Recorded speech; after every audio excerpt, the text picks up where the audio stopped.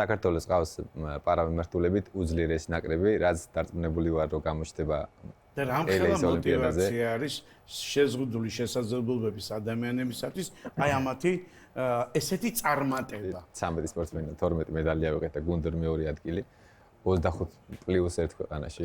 აი რას აძლევს ეს სპორტი ადამიანს? მე რასაც დავაკვირდი ჩემი გამოცდილებიდან, უფრო ხდებიან ერთგულები, ბავშვები, გუნდელების მიმართ, გარშემოყოფთა მიმართ.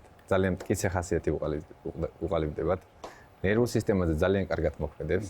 ალბათ ეს არის იმის გამო, რომ ბევრი სტრესის და დაძაბულობის გადატანა უწევთ უშუალოდ კორზე და კორტის მიღმა. ამ დროს ერთად არიან, ერთმანეთს ამხნევებენ, წააგებენ, მოიგებენ ერთმანეთის გვერდით განან და ჩემი დაკვირვებით მგონია, რომ ეს არის ის რაც აძლევს მე ურთიერთგაგების თანადგომის ცხოვრებაში მე სირთულეების გადალახვაში ძალიან ვინ არიან ძირითადი კონკურენტები სოფლიო ჩემპიონატზე? უშუალოდ რომელიმე კონკრეტულ სპორტსმენზე თუ ვისაუბრებთ, ანის უშუალო კონკურენტი ვინ შეიძლება იყოს? არიან უზბეკი სპორტსმენები, თურქი სპორტსმენი, უზბეკი, რუსი, მონღოლი, რომელიც ძალიან კარგი სპორტსმენები არიან.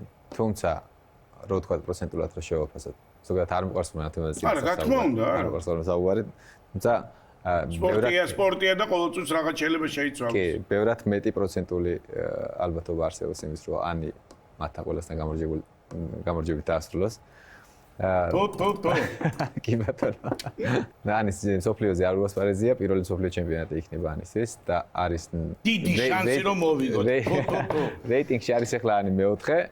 სოფლიო რეიტინგით არის მეოთხე, მაგრამ მის წინ სპორტსმენები ვინც არიან მესამე, მეორე, პირველი ნომრები, ყველასთვის მოგებული აქვს უკვე.